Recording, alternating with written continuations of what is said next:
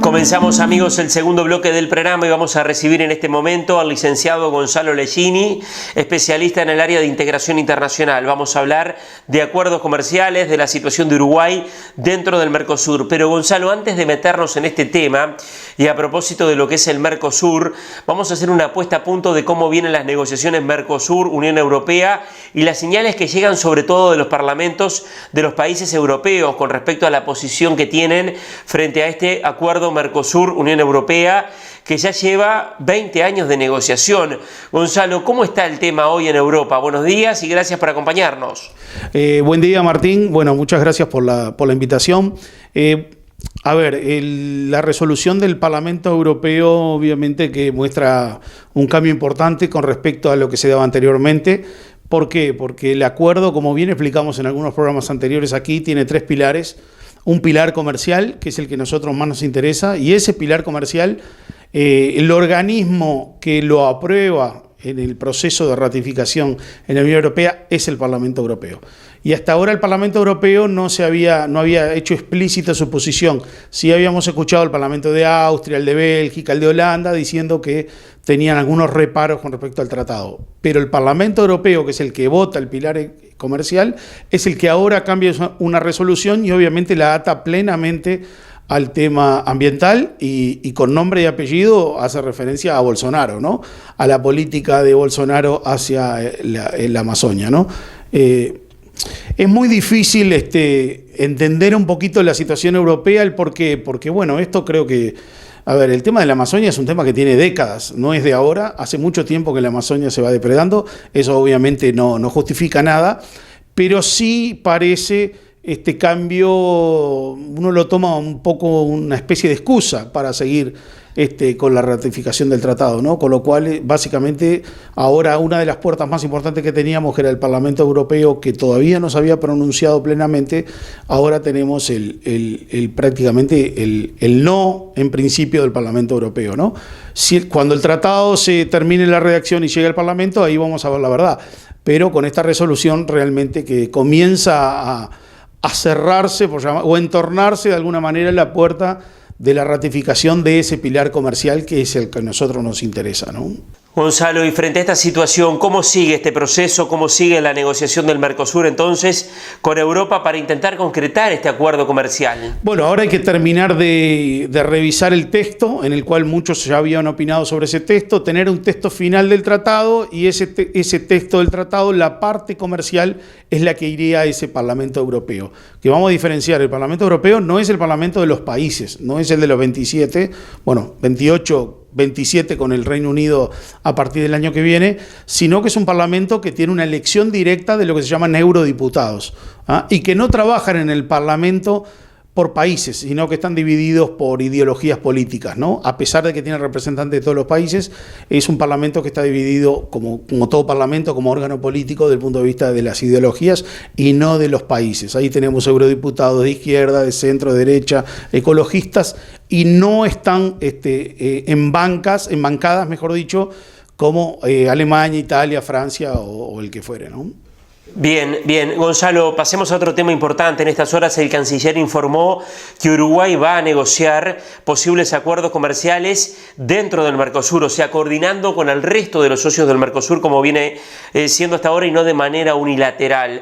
¿Qué lecturas es de esta situación y de esta posición que informó el Poder Ejecutivo en estas últimas horas? Bueno, Martín, esto creo que lo planteamos muchísimas veces en los programas, no solo acá, sino también en la radio. El tema que obviamente la posición de Uruguay dentro del Mercosur es muy compleja en cuanto a la capacidad de cintura.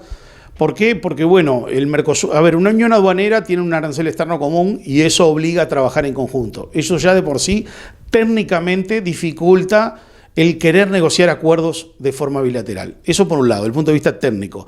Después, del punto de vista político, el Mercosur, a partir de que Uruguay firmó aquel acuerdo un poco, digamos, un poco en modo de una jopiadita del punto de vista comercial al resto de los socios, Uruguay firma un tratado con México, el cual no debería, no digo que se podría, porque se podía, no debería por el formato que tenía la unión aduanera. A partir de ahí, el Mercosur, en junio del año 2000, toma la decisión 32, que es la que dice explícitamente que las negociaciones comerciales que impliquen avances desde el punto de vista arancelario o de cuotas, por ejemplo, ¿no?, numéricos, estamos hablando en un país que tiene mucho que ver con las cuotas de carne, con las cuotas de diferentes productos, para nosotros es muy importante negociar eso. Ese tipo de negociaciones solo se hacen en bloque. Y el Uruguay, obviamente que participó en la confección de esa decisión, ¿ah? Y bueno, la decisión 3200, se llama 32 por el número y 00 por el año. A partir de ese momento de junio del año 2000, ya tenemos también una restricción política a negociar acuerdos bilaterales.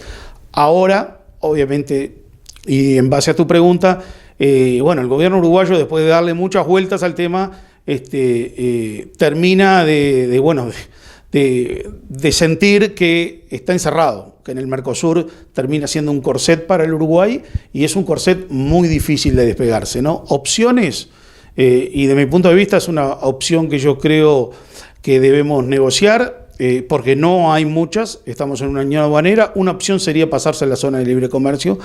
Obviamente que acá hay un tema político también, Argentina y Brasil, hay que ver cómo lo ven, seguramente les va a caer, eso es un baldazo de agua fría para Argentina y Brasil, y es muy difícil por un tema de poder negociador. Estamos hablando de dos países con un poder negociador más grande que el nuestro.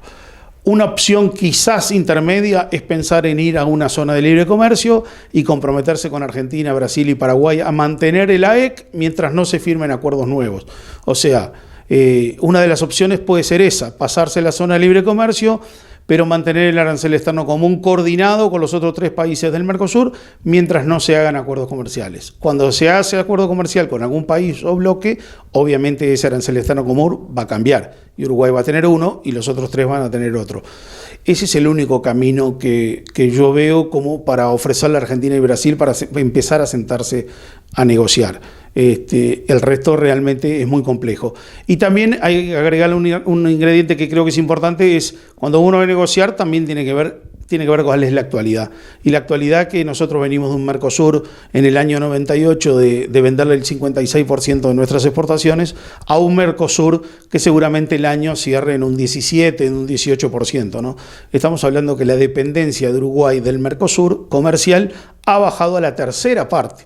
O sea que eso es un argumento en verdad en positivo a la hora de decir, bueno, ¿cuánto tengo para perder y cuánto tengo para ganar? Nadie va a querer salir de un bloque que se le vende el 56%, pero si le vende un 17%, ahí las cosas cambian rotundamente, ¿no? Yo creo que hoy no tenemos el mismo grado de incidencia en el comercio. Con Argentina tenemos el turismo, que no está contado en ese porcentaje y que obviamente incide mucho, pensando en una reacción de los países vecinos, ¿no? Que haya una reacción política importante y que suframos alguna especie de bloqueo, por llamarle de alguna manera, ¿no? Pero esa creo que es el único camino que nos queda. Bien, Gonzalo, y profundizando en este aspecto, ¿cómo deja esta situación entonces a Uruguay o cómo queda el país en cuanto a la posibilidad real de concretar una mejora desde el punto de vista del acceso de productos a distintos mercados? Bueno, a ver, Uruguay básicamente lo que está tratando es de buscar la conclusión de esos acuerdos comerciales. Ahora, bueno, vimos el tema de la Unión Europea, que se vuelve a trancar.